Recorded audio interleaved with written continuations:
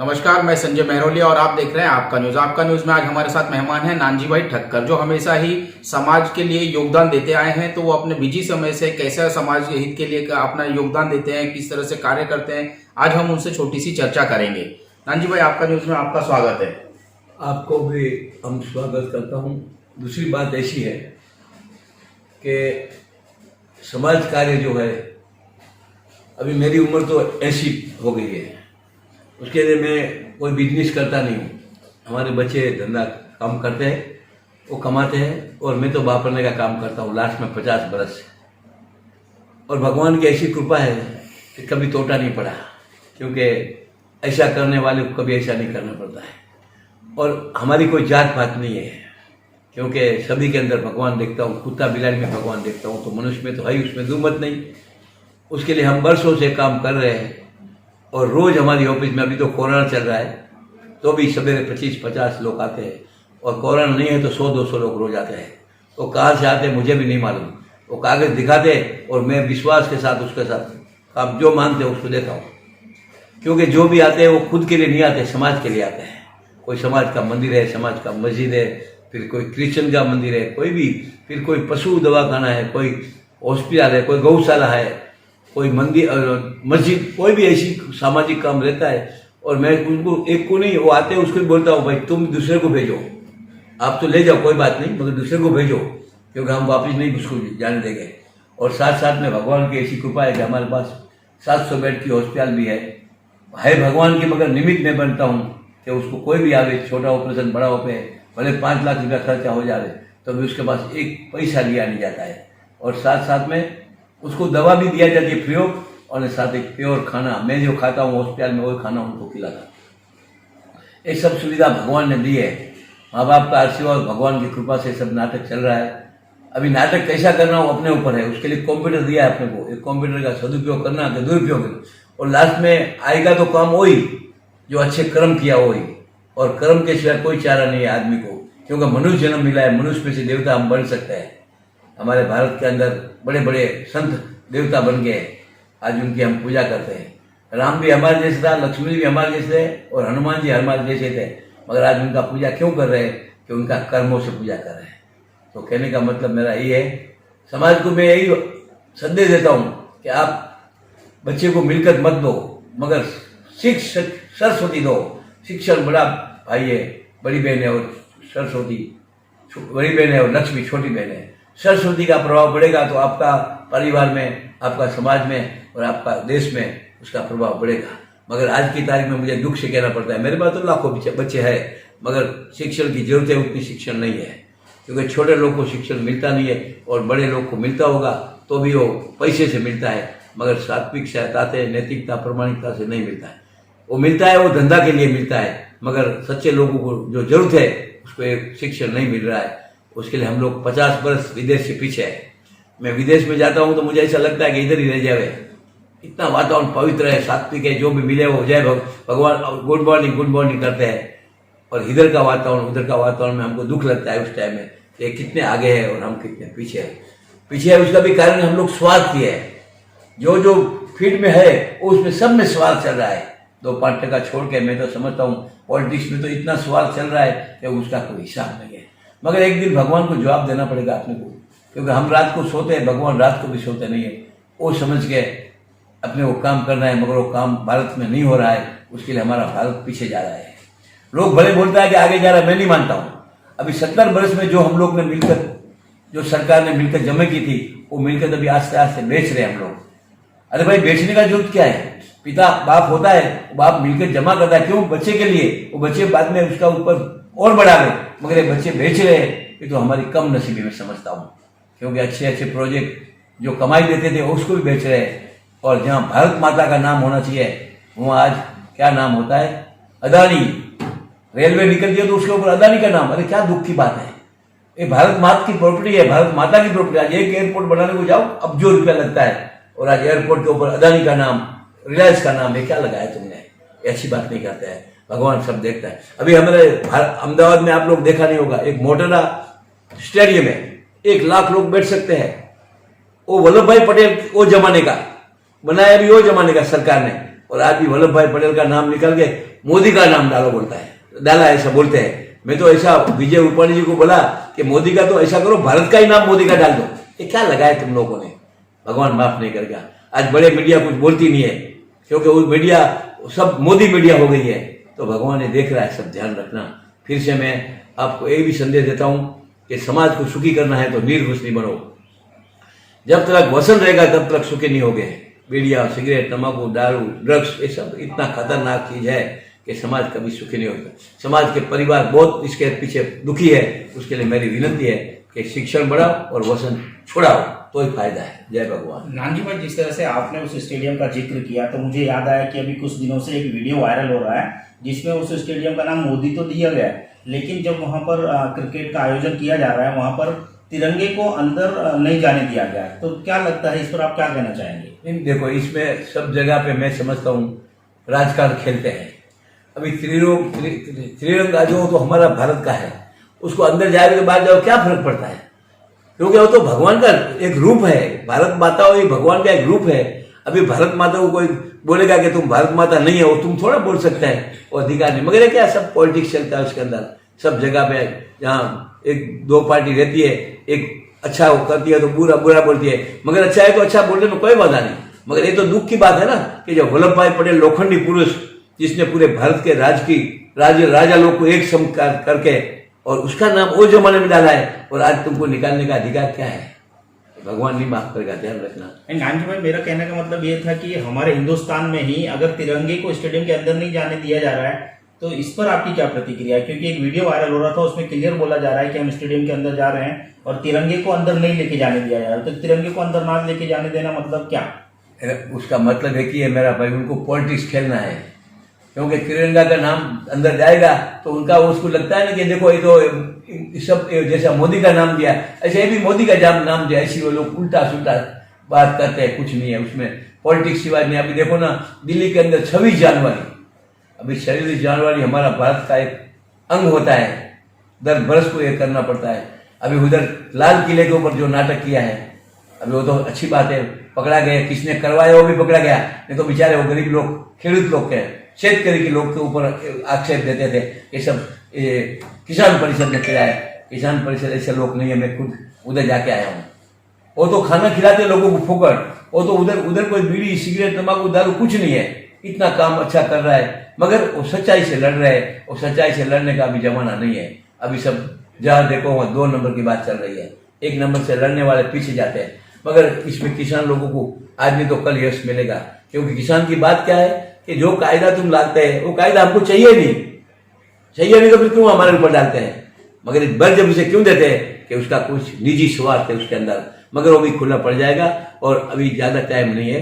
303 के ऊपर ये सब नाटक चल रहा है, मगर भगवान सब देख रहा है। मैं तो आज से नहीं कह रहा हूँ, जब भी से ये लोग गलत करते हैं उसको गलत बोलता हूँ। सच्चे हुए और अच्छा काम किया। अभी मैं तो बताऊँ 7 वर्ष में क्या अच्छा काम किया गरीब के लिए, हमारे लिए छोड़ो, पैसे वाले लोगों के लिए छोड़ो, अदानी के लिए छोड़ो, अंबानी के लिए छोड़ो, मगर गरीब के लिए क्या किया? कुछ नहीं किया।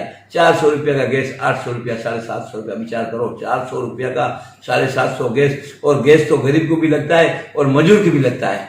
ये सब परिस्थिति है, मगर इसके अंदर छूटने के लिए भगवान के पास ताकत है, वो भगवान देख रहा है सब, तो उसका एक दिन जवाब देना पड़ेगा। नानजी भाई, आपने बहुत ही अच्छी रोशनी डाली कि किसानों का भी मुद्दा है। आए दिन आज लगभग 100 दिनों से ज्यादा होने आया, तो अभी तक किसानों को क्यों न्याय नहीं मिल रहा है? क्या लगता है कि इसमें सरकार का कोई नुकसान होने वाला है, या शेतकरी को क्यों न्याय देने के लिए वो लोग सक्षम नहीं है सरकार? नहीं, मैं तो इधर भी कहता हूँ, और उधर लाखों लोग थे उसके सामने, बहुत टीवी वाले आए थे उनके सामने भी, मगर वो क्या है, बड़े टीवी वाले कोई नहीं आते उधर, क्योंकि उसको किसान लोगों को वो पसंद नहीं और उनको वो पसंद नहीं है। मगर छोटे जो सोशल है बहुत आते थे उधर, 50-50, 60-60 लोग आते हैं टीवी वाले। जो मीडिया जो राजस्थान का होगा, मध्य प्रदेश का होगा, पंजाब का होगा, और दूसरे मीडिया वाले होते थे, मगर वो छोटे बड़े का कोई महत्व नहीं, क्योंकि वो जो संदेश तो सबको जाता ही है। तो इसके अंदर क्या है, एक ही प्रॉब्लम है कि ये सब जमीनों का प्रॉब्लम आया है। ये जब ये तीनों कानून लागू कर दिया तो ये लोग का जो बटाटा, टमाटा जो सीजन में आएगा वो 5 रुपये में ले लेगा, और हम लोग उसको 100 रुपये में बेचेगा। और लेना तो आपको ही पड़ेगा, मेरे को भी लेना पड़ेगा। तो ये नुकसान तो समाज का है, पूरा भारत का है। ये खाली किसानों का नहीं है। लड़ रहे भले बेचारे किसान लोग, मगर सच्ची नुकसान तो हमारे सब पूरे भारत का लोगों का, गरीबों का है। क्योंकि ये सब सीजन में माल ले लेंगे, गोडाउन में रख देंगे और बाद में मन में आया और भाव से बेचेंगे। तो इसमें सरकार को तो फायदा क्या है? सरकार को एक पॉइंट करके तीनों कानून डाल करके ये अदानी और अंबानी को सब माल देना है और कुछ नहीं है। जमीन फिर क्या होगा कि माल का उपज का पैसा नहीं मिलेगा तो फिर लोग जमीन दे देगा, जमीन उनको बेचेंगे और जमीन लेने के लिए सब चल रहा है नाटक और कुछ नहीं है। उसमें सरकार का तो फायदा तो है, तो जब भी तो चुनाव किया है। नहीं तो उस टाइम में चर्चा करते थे तो विरोध पक्ष भी बात तो करते थे ना, मगर किसकी बात सुना नहीं और वीटो ये राष्ट्रपति के पास सही ले लिया है। ये भी गलत है।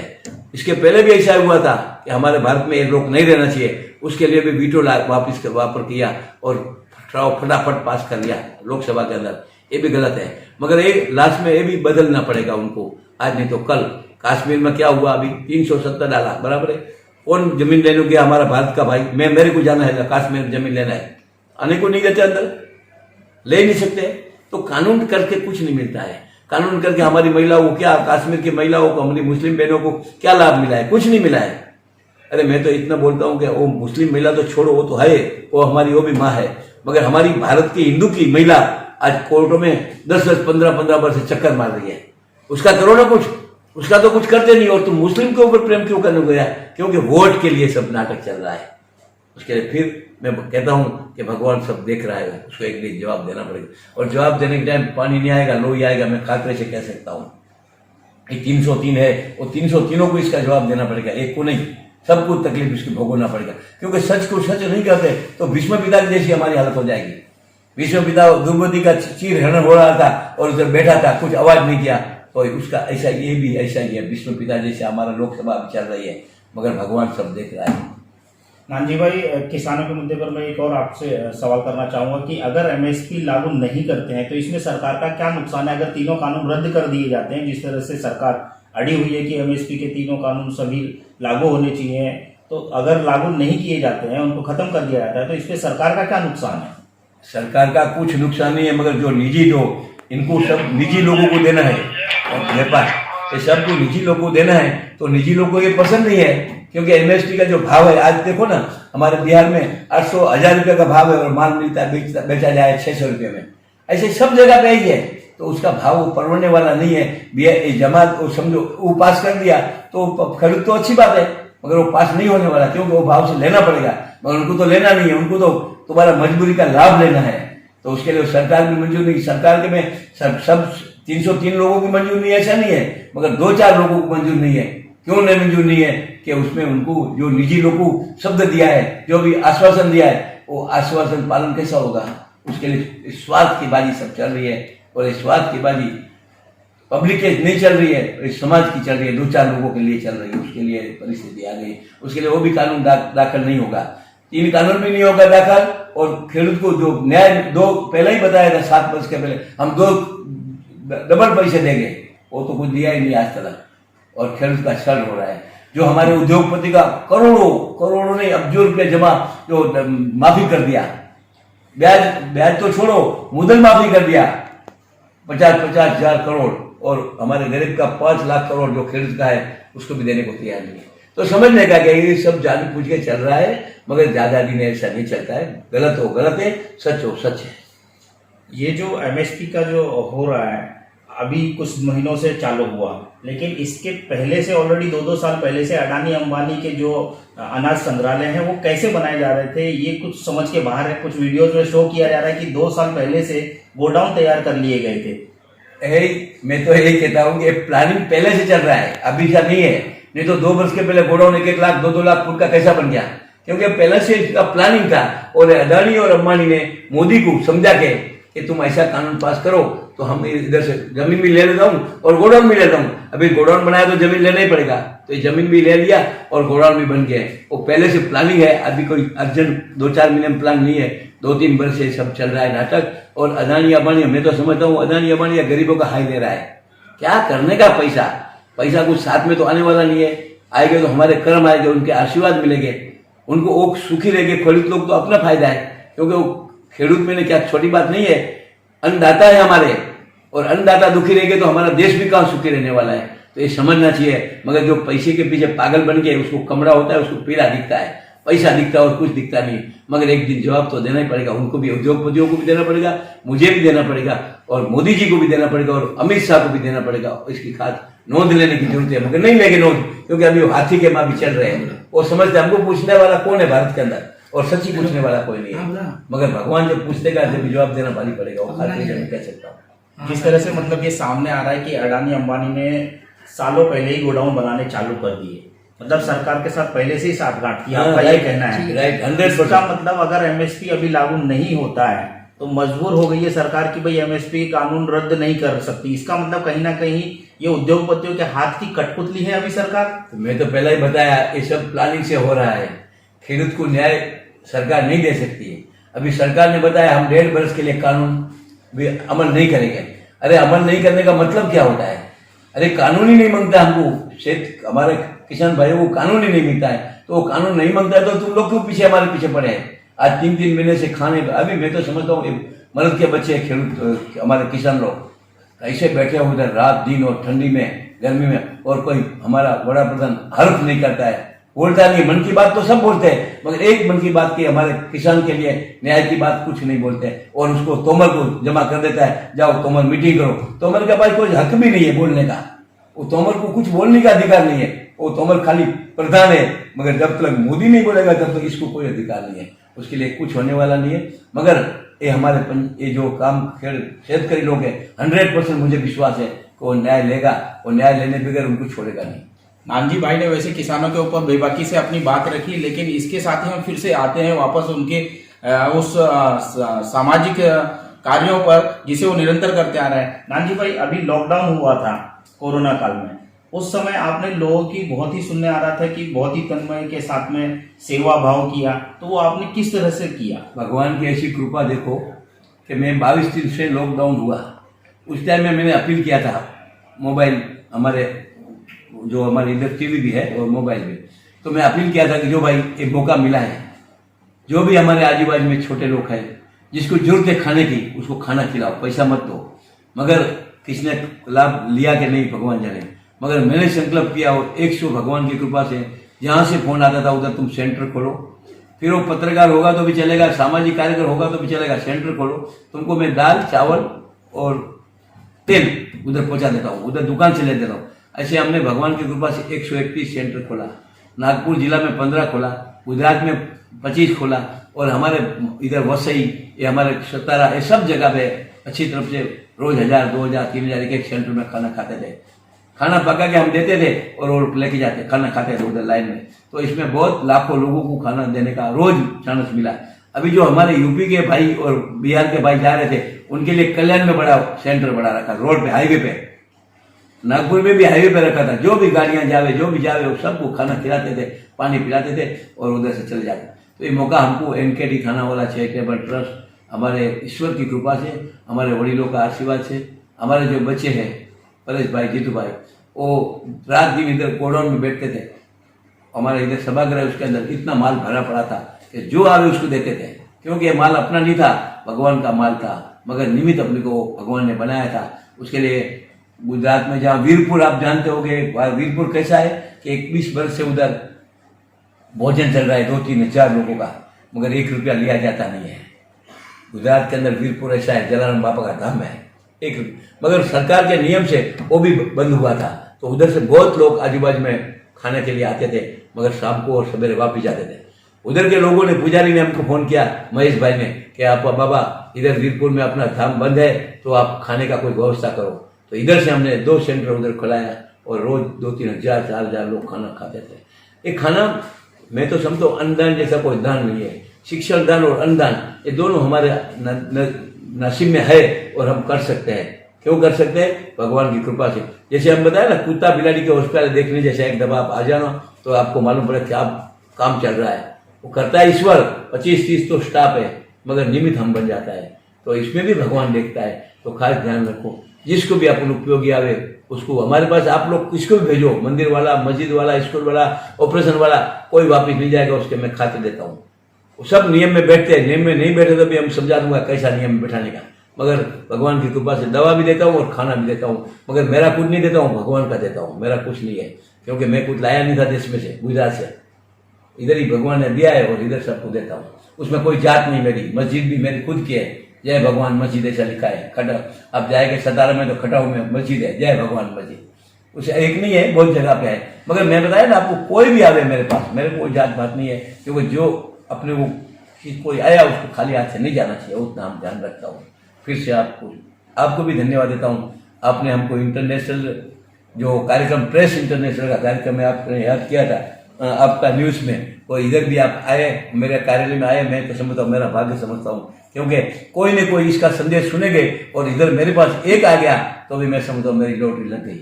जो आता है वो देने के लिए आता है, लेने के लिए नहीं आता है। पहले के जमाने में चप्पल ऑफिस के बाहर ज्यादा पड़ जाएगी ना तो धूल गिरती थी। जैसे हमारे माँ बाप बोलते थे कि जिसके घर में ज्यादा चप्पल की धूल गिरेगी वो सुखी आदमी, वो करोड़पति है, करोड़पति नहीं है, मगर वो सुखी है। मगर आजकल क्या होता है, बंगले के बाहर बोर्ड लगा के कुत्ता से सावध रहो, उसके लिए पब्लिक वो समझता नहीं है। मगर जो आता है वही भगवान है, और भगवान को तुम राजी किया तो ऊपर वाला भगवान को राजी करने की कोई जरूरत नहीं है, तुम्हारे अंदर बैठा है भगवान, उसको राजी करो। फिर से आपको धन्यवाद, जय भगवान।